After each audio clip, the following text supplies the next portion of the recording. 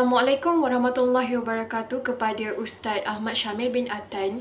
Kami daripada Kumpulan 2 akan menerangkan dan mengupas tentang etika penggunaan dan komunikasi media sosial. Baiklah, yang pertama adalah pengenalan.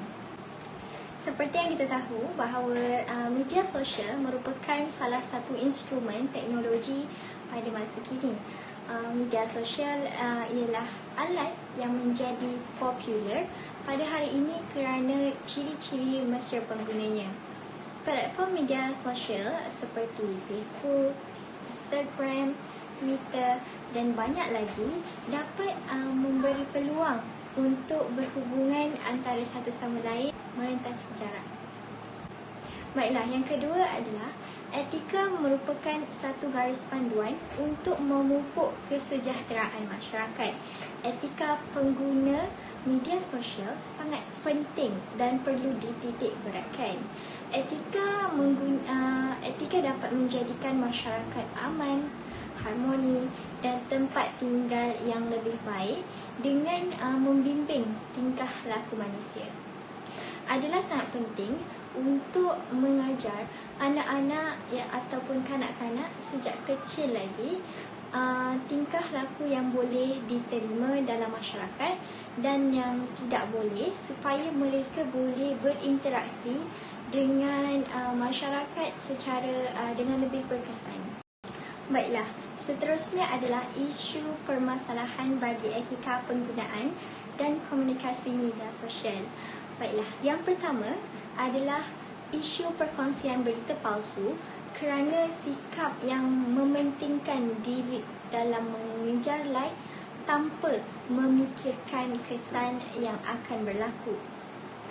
Berita palsu direka khusus untuk menambah ketidakpercayaan dan memburukkan lagi perubahan sosial dan budaya yang sedia ada dengan menyalahgunakan arus politik, serantau dan agama. Berita palsu ini dapat memberi kesan buruk pada individu dan masyarakat kerana ia secara tidak sengaja telah menghasut pengguna untuk menerima kepercayaan palsu yang dikongsi untuk memajukan agenda tertentu. Baiklah, yang kedua ialah isu mempamerkan konten yang tidak sepatutnya atau melampaui batasan. Hal ini telah terdedah kepada ramai di luar sana, terutamanya kepada remaja. Media sosial merupakan sebuah platform untuk berkongsikan dengan khalayak yang lebih luas ataupun khalayak ramai. Tapi sesetengah kandungan mungkin menyalahi undang-undang dan tidak sesuai. Ia juga mungkin dapat menyinggung perasaan atau tidak sesuai untuk kumpulan umur tertentu. Baiklah, yang ketiga ialah isu berdakwah atau perkongsian ilmu dengan cara yang salah di media sosial. Mereka tidak membuat penyelidikan terlebih dahulu tentang kesahihan sesuatu ilmu itu sebelum mereka berkongsi di media sosial. Namun telah menjadi kewajipan bagi umat Islam untuk mengajak seseorang itu untuk lebih dekat kepada Islam, serta hendaklah melakukan dakwah dengan ikhlas hanya kerana Allah SWT. Jadi untuk berjaya dan mendapat ganjaran Allah, dakwah mestilah berlandaskan Al-Quran dan As-Sunnah. Dalam kertas kerja ini, kami menumpukan dua objektif yang berkenaan, iaitu yang pertama adalah mengenal pasti permasalahan penggunaan media sosial, dan yang kedua ialah menjaga imej diri, masyarakat dan juga agama. Itu sahaja daripada saya. Sekian, terima kasih. Perspektif Islam tentang etika. Yang pertama adalah akhlak. Berdasarkan perspektif Islam, etika merujuk kepada akhlak ataupun adab. Apabila kita menyebut etika, wujud kesinambungan ia dengan aktiviti seharian kita dan juga akhlak sebagai seorang manusia secara semula jadi. Sebagai contoh ataupun misalnya, perasaan cepat marah, bersabar, berdisiplin akan secara tidak langsung menunjukkan etika seseorang itu sama ada baik ataupun tidak. Ia juga dapat dikaitkan dengan etika penggunaan dan komunikasi media sosial yang di mana menunjukkan jika seseorang itu marah dan melontarkan perasaan mereka di media sosial, maka seseorang itu menunjukkan pribadi yang tidak beretika. Yang kedua, Al-Ghazali. Al-Ghazali adalah seorang ahli falsafah Islam dan tokoh ilmuwan yang termasyhur dalam Islam. Beliau mendefinisikan etika sebagai satu bidang dalam ilmu falsafah yang membincangkan sifat-sifat yang patut menghiasi jiwa dan perlakuan seseorang individu. Etika juga kita dapat perhatikan daripada perbuatan yang dilakukan oleh seseorang seperti perbuatan mulia dan terpuji. Oleh itu, etika juga dapat dijalinkan dengan keadaan semasa sesuai dengan peredaran masa sekarang iaitu etika penggunaan dan komunikasi media sosial. Penggunaan media sosial mestilah selari dengan etika yang baik, di mana tiada kemungkaran dilakukan oleh setiap individu. Penggunaan kata-kata yang buruk menjurus kepada mengumpat dan merendahkan orang lain di media sosial adalah tidak berlandaskan etika dan ajaran Islam. Dalam hadis Sahih Al-Bukhari menjelaskan bahawa Rasulullah SAW bersabda, orang Muslim yang baik adalah yang Muslim lainnya aman dari gangguan ucapan dan tangannya, dan orang yang berhijrah tergolong dalam kelompok muhajirin adalah yang meninggalkan apa-apa yang dilarang oleh Allah Subhanahu Wa Taala. Yang keempat, perspektif Islam tentang etika ialah menurut Ibnu Muskawih 1996. Beliau menakrifkan etika ketika seseorang didorong oleh keadaan jiwanya dalam melakukan semua perbuatan tanpa melalui pertimbangan pemikiran. Etika dikeluarkan disebabkan oleh tabiat semula jadi seseorang, kebiasaan atau disiplin diri yang dilakukan secara konsisten. Hal ini dapat diaplikasikan dalam etika penggunaan dan komunikasi media sosial di mana penggunaan media sosial yang beretika berpunca daripada tabiat semula jadi seseorang individu. Kesannya, mereka yang arif dalam mengendalikan media sosial secara langsung mampu memberikan informasi dan impak positif kepada pengguna media sosial yang lain. Sifat dan jiwa mereka yang bersih secara tidak langsung menunjukkan cerminan mereka sendiri di dunia nyata. Kita mestilah berkongsi berita di media sosial setelah meneliti kebenaran dan kesahihan berita ataupun maklumat tersebut. Misalnya, berita yang kita sebarkan mestilah daripada medium yang betul dan berautoriti. Ia bersesuaian dengan firman Allah Subhanahu Wa Taala dan janganlah kamu mengikuti apa yang kamu tidak mempunyai pengetahuan tentangnya. Sesungguhnya pendengaran, penglihatan dan hati nurani semuanya itu akan diminta pertanggungjawabannya. Surah Al-Isra ayat 36. Daripada potongan ayat Al-Quran di atas, kita perlulah menjauhkan diri daripada perkara-perkara yang berada di luar pengetahuan kita, terutamanya ketika berkongsi maklumat di media sosial dan komunikasi. Kesannya, pengetahuan palsu dan tidak benar tidak akan diperoleh oleh masyarakat. Maka kita dapat menjaga adab dan etika di media sosial serta dapat mengelakkan diri daripada menjadi seorang pendusta. Latar belakang mengenai etika. Perspektif Barat tentang etika. Yang pertama, teori kepribadian mulia. Berdasarkan perspektif Barat, teori etika ini sebenarnya wujud daripada teori kepribadian mulia. Konsep ini dapat dikemukakan oleh seorang ahli falsafah Barat iaitu Aristotle. Beliau memperincikan bahawa etika adalah satu keperluan insan untuk mengamalkan teori kepribadian mulia dalam urusan seharian. Teori ini mengutamakan nilai moral yang positif serta menitikberatkan tentang keupayaan seseorang demi mencapai keseimbangan dari segi emosi, keinginan, sikap dan juga perilaku. Yang kedua, the golden mean. Nilai moral yang baik dan positif adalah menjurus ke arah memburu the golden mean. The golden mean sebenarnya yang dipercayai oleh perspektif Barat ialah memihak kepada kebaikan. Kebaikan itu adalah kebaikan yang dapat memastikan keseimbangan dan juga keinginan supaya tidak keterlaluan dalam diri seseorang individu. Yang ketiga ialah etika sebagai produk sosial.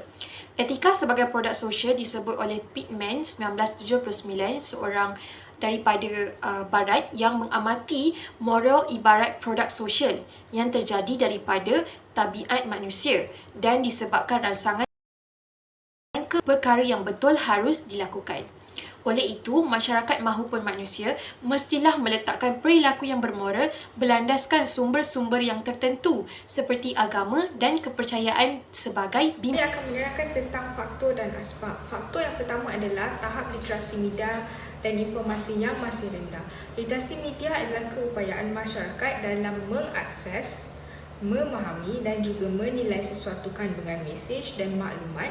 Ia juga berkait rapat dengan kematangan dalam mengendalikan teknologi komunikasi cyber. Tahap literasi media dan informasi yang masih rendah mendatangkan pelbagai masalah di alam maya dan juga alam nyata. Contohnya, sewaktu COVID-19 di Malaysia berluasa, terdapat pelbagai berita palsu yang tersebar seperti kematian mengejut disebabkan oleh COVID-19. Gangguan informasi seperti ini adalah masalah sosial yang amat berat dan boleh menjejaskan negara. Sesungguhnya, Malaysia perlu membuka mata dan mengambil berat tentang pendidikan literasi media agar tiada perkara yang memudaratkan akan berlaku pada masa hadapan. Faktor yang kedua adalah sikap ingin mendapatkan perhatian atau publicity. Demi populariti, sanggup mempertaruhkan etika dan memalukan diri di halayak ramai.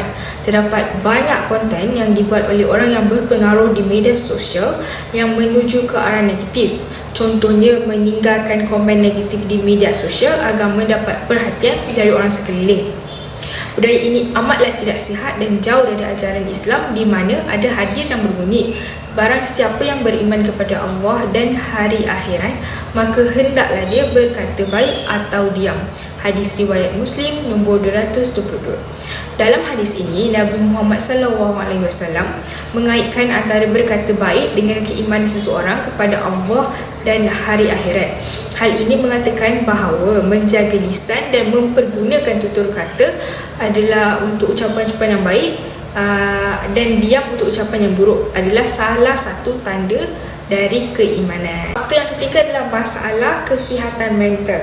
Masalah kesihatan mental ialah apabila seseorang individu itu menyedari bahawa dirinya tidak boleh mengendalikan stres dengan betul sehingga mengganggu kehidupan seharian. Contohnya, masalah kesihatan mental ialah kemurungan. Dalam konteks ini, kemurungan disebabkan oleh menerima komen negatif di media sosial misalnya. Ini dikira sebagai kes buli cyber yang amat berat. Malaysia sebenarnya perlu mempertimbangkan dan mengetengahkan kesedaran tentang masalah kesihatan mental di kalangan masyarakat agar dapat melahirkan rakyat yang bijak dan cakna. Faktor yang terakhir adalah sikap obses dan tidak terkawal dalam penggunaan media sosial. Menurut Hotsui and We Are Social dalam laporan terkini digital 2019, penebusan internet di Malaysia adalah pada tahap 80%, di mana Malaysia menduduki tempat keempat di dunia dalam penebusan sosial mudah alih. Media sosial pada mulanya adalah untuk dijadikan sebagai pengisi masa lapang dan hobi sahaja. Malah sekarang ia menjadi sesuatu yang amat penting dalam kehidupan seharian. Pelbagai juga kesan negatif sekiranya obses dengan media sosial, antaranya ialah menjadi antisosial. Kadar penceraian meningkat dan tidak lupa juga generasi baharu yang tidak akan ada kemahiran sosial kerana dididik dari kecil untuk bermain dengan gadget tanpa pengawalan. Akhir kata, kita perlulah membahagikan kehidupan di media sosial dengan kehidupan yang nyata agar kita sentiasa berada di dalam keadaan yang sihat dan sakinah. Yang kita tahu, media sosial bukanlah sesuatu yang asing untuk kita para generasi Y dan golongan milenial pada masa kini. Kerana kecanggihannya serta kepatasannya dalam membekalkan maklumat, saban hari modul ini menjadi resam kehidupan masyarakat untuk sentiasa menggunakan kemudahan tersebut dalam aktiviti harian mereka. Walau bagaimanapun, sejauh manakah berkesanan media sosial ini memberi kesan baik atau buruk terhadap individu, masyarakat maupun negara, ia bergantung kepada cara manusia itu sendiri memanfaatkannya. Terdapat 3 kesan negatif yang akan timbul jika individu gagal menggunakan fungsi media sosial dengan penuh beretika. Kesan yang pertama ialah berlakunya kecenderungan untuk mewujudkan ruang fitnah dalam kalangan pengguna media sosial. Fitnah merupakan suatu perkara yang dikeji oleh Allah SWT dan sangat tidak elok untuk diamalkan. Fitnah boleh berlaku melalui hantaran mesej maupun daripada segi percakapan. Manakala fitnah di media sosial boleh tercetus apabila individu gemar berkongsi perkara yang tidak sahih sehingga membuatkan para pengguna media sosial yang lain turut cenderung menimbulkan pelbagai spekulasi dan anayan yang tersendiri yang sudah pastinya akan tersasar daripada keabsahannya. Tidak khawatir kesan daripada itu berlakunya perbalahan di media sosial di antara golongan muda dan tua, di antara kaum sama kaum maupun Islam sesama Islam. Rentetan daripada pelbagai persepsi yang timbul. Ini secara tidak langsung akan mengikir rasa hormat dan memburukkan imej agama kerana setiap agama memang menuntut masyarakatnya untuk meninggikan nilai murni. Kesan negatif yang kedua jika pengguna gagal beretika dalam menggunakan media sosial ialah berlakunya penipuan dan pemalsuan secara berleluasa. Penipuan dan pemalsuan yang dimaksudkan ialah apabila seseorang individu cenderung atau berniat untuk mempengaruhi individu lain sehingga menggunakan ayat atau model yang tidak sewajarnya. Sebagai contoh, dalam negara berusaha membenteras COVID-19, pemberian vaksin merupakan inisiatif yang giat dilaksanakan. Walaupun begitu, terdapat pihak yang anti-vaksin mengambil peluang untuk merancangkan usaha kerajaan dengan mengeluarkan pelbagai kenyataan dan statement di media sosial sehingga mendatangkan kegerukan kepada individu yang berhajat untuk menerima suntikan tersebut. Tindakan ini tidak wajar sama sekali kerana ia akan menyebabkan mereka memandang usaha tersebut sebagai satu bahu jika di atas mereka. Sedangkan dalam Islam, ia adalah salah satu usaha yang diharuskan dan digalakkan untuk mencegah. Kesan negatif yang ketiga ialah jika individu gagal beretika dalam menggunakan media sosial ialah mendorong kepada tersebarnya unsur pornografi dari barat dalam kehidupan harian masyarakat, terutamanya masyarakat Muslim. Pornografi bermaksud bahan bertulis atau visual yang dipamerkan sehingga mampu merangsang keinginan seksual atau lebih dikenali sebagai porn. Tidak dapat dinafikan gejala ini sering berlaku berpunca daripada sikap ingin tahu dan tipisnya akhlak dalam diri individu tersebut. Tambahan pula, bahan sedemikian mudah didapati di dalam media sosial. Jika ia kekal berterusan dan tiada tindakan proaktif diambil untuk membendung, ia tidak mustahil akan mewujudkan peningkatan dalam peratusan isu sosial di negara. Untuk masyarakat Muslim yang terjerumus dalam dunia pornografi pula, ia secara tidak langsung menjadikan individu tersebut sebagai seorang Muslim yang alpa dan lalai dalam menurut segala perintah agama kerana ketakjuban yang menguasai diri mereka. Walau bagaimanapun, terdapat juga kesan positif yang akan diperoleh sekiranya masyarakat atau individu bijak dan beretika dalam menggunakan fungsi media sosial. Kesan positif pertama ialah media sosial mampu menjadi alat pengantaraan dalam penyebaran ilmu pengetahuan. Hal ini kerana pada masa kini media sosial merupakan instrumen yang paling hampir di sisi masyarakat dan jika pelbagai aktiviti dakwah dan ilmiah disampaikan di dalam media sosial, nescaya ia akan menutup ruang dan peluang untuk isu-isu tidak bermanfaat daripada menguasai ruang media sosial. Alhamdulillah, pada masa kini juga kita dapat lihat semenjak negara dilanda COVID-19, ramai para pendakwah bertahu dan bijak menggunakan media sosial untuk berkongsi ilmu keagamaan mereka. Ini adalah untuk memastikan walau apa jua keadaan yang melanda masyarakat akan sentiasa mendapat pendekatan tentang ilmu agama. Kesan positif yang kedua ialah jika masyarakat berjaya mengaplikasikan konsep beretika dalam menggunakan media sosial, sudah pasti ia dapat dijadikan sebagai sebuah medium bersuara yang efisien. Ini kerana jika etika menjadi keutamaan dan garis panduan dalam setiap tindakan individu, maka ia agak mustahil untuk wujudnya isu negatif seperti pergaduhan, iri hati maupun dengki. Kesan positif yang terakhir ialah negara dapat membentuk generasi dan masyarakat yang berintegriti tinggi dalam memanfaatkan kemudahan teknologi ICT seiring dengan arus pemodenan semasa. Hal ini kerana integriti merupakan lambang nilai murni yang tertinggi dalam peradaban, kerana ia akan mempengaruhi tindakan seseorang dalam kehidupan bermula daripada kecil sehinggalah dewasa. Maka berintegriti dalam menggunakan media sosial amatlah penting untuk dipraktikkan kerana saban hari media sosial akan menjadi pengaruh terbesar dalam urusan harian manusia seperti hal pembelajaran, berinteraksi maupun bekerja. Assalamualaikum warahmatullahi wabarakatuh. Nama saya Siti Naziha binti Johari dan saya daripada kelas AM228-3F. Seterusnya saya akan menerangkan mengenai cadangan dan penyelesaian. Antara langkah bagi mengatasi masalah penyalahan gunaan media sosial yang pertama ialah menjaga pertuturan dan adab dalam menggunakan kemudahan media sosial. Dalam konteks adab dalam komunikasi dan interaksi di media sosial, kita harus sentiasa menjaga setiap tutur kata dan perkataan sama ada melalui sebutan ataupun penulisan. Ia haruslah mempunyai unsur yang baik, sopan serta kesahihannya. Oleh itu, kita haruslah menjauhi perbuatan yang negatif seperti menghina, sifat dengki, menulis perkataan yang tidak sopan kerana sifat-sifat tersebut merupakan sifat yang dilarang dalam Islam. Langkah yang seterusnya ialah memastikan kesahihan akhbar atau maklumat perkongsian merupakan salah satu langkah bagi membanteras masalah penyalahan gunaan media sosial. Seperti mana kita dapat lihat di negara kita Malaysia, pihak berkuasa seperti Suruhanjaya Komunikasi dan Multimedia haruslah mengambil tindakan kepada pihak yang telah menyebarkan berita atau maklumat palsu sehingga telah menimbulkan salah faham dalam kalangan masyarakat. Pihak berkuasa juga haruslah menguatkuasakan undang-undang agar dapat mengelakkan kes penyebaran berita palsu daripada berlaku. Sebagai contoh, melihat kepada situasi negara kita yang dilanda COVID-19, telah berlakunya kes penyebaran berita palsu, terutamanya berkaitan dengan bilangan kes dan kandungan vaksin. Dengan ini, pihak berkuasa haruslah ataupun bolehlah mengambil tindakan kepada pihak yang melakukan kesalahan tersebut. Oleh itu, kita haruslah memastikan setiap maklumat atau informasi yang kita kongsikan atau terima haruslah datang daripada sumber yang betul dan sahih sebelum ditularkan di media sosial. Kesimpulannya, kemodenan teknologi masa kini merujuk kepada media sosial perlu diaplikasikan dan digunakan bagi tujuan yang bermanfaat agar mendatangkan kesan yang positif. Sebagai Muslim, kita haruslah sentiasa berwaspada dalam penggunaan teknologi agar teknologi tersebut tidak mudah untuk meruntuhkan ilmu serta memesongkan ajaran Islam.